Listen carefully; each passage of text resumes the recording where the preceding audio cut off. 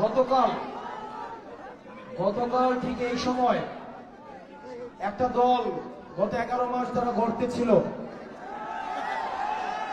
তারা অপেক্ষা করছিল কখন আমরা মারা যাই।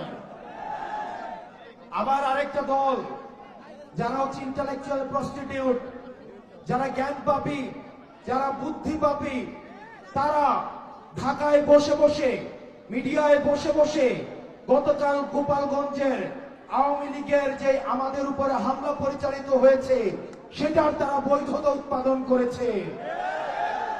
গতকাল আমাদের চোখে আঙুল দিয়ে দেখিয়ে দিয়েছে আওয়ামী লীগ যে রাজনৈতিক দলটি রয়েছে এই দলটিকে প্রতিরোধ করার সাথে সাথে আওয়ামী লীগের যে কালচারাল উইং, যে মিডিয়া উইং, তাদেরকে আমাদের প্রতিরোধ করতে হবে।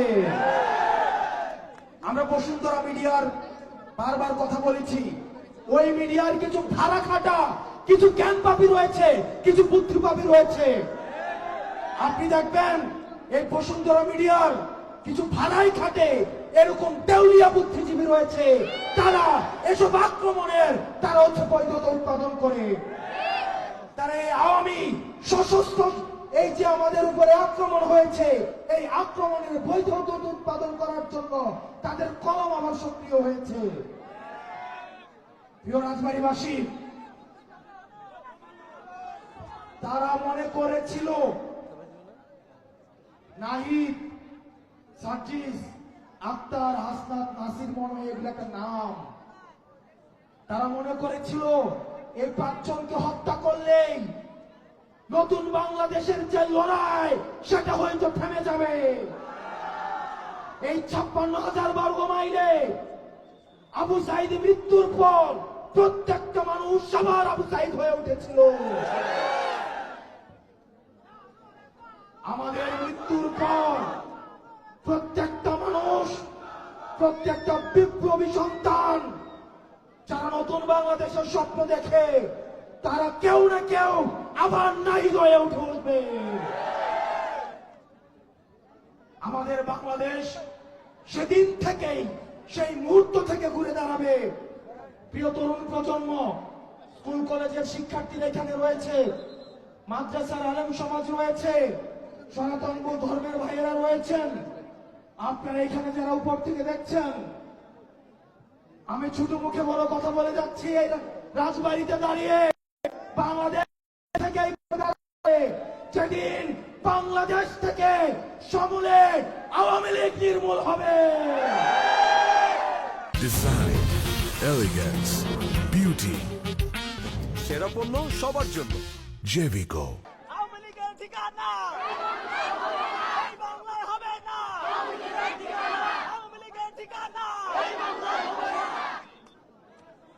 কর্পোরেট সমাজ, এই বর্জুয়া সমাজ, আওয়ামী লীগ নিয়ন্ত্রিত মিডিয়া সমাজ তোমাদেরকে সাক্ষী রাখে মুজিবের বুকের মাটির উপরে দাঁড়িয়ে আমরা গতকাল স্লোগান দিয়েছি, মুজিবের মাটিতে মুজিববাদ মুর্দাবাদ।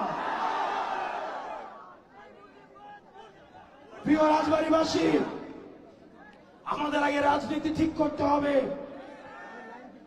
আমাদের রাজনীতি ঠিক করতে হবে। যতদিন পর্যন্ত এই নিষিদ্ধ জঙ্গি গোষ্ঠী, আপনারা গতকাল দেখেছেন গত 11 মাস ধরে আমরা যে মিডিয়ার বিরুদ্ধে যে ফাইট করে যাচ্ছি, তারা বারবার বলছে আওয়ামী লীগকে নাকি সুযোগ দেওয়া উচিত, রিফাইন্ড আওয়ামী লীগকে নাকি সুযোগ দেওয়া উচিত। আওয়ামী লীগ কি হয়ে ফিরে আসবে গতকাল সেটার একটা টেস্ট ম্যাচ হয়েছে।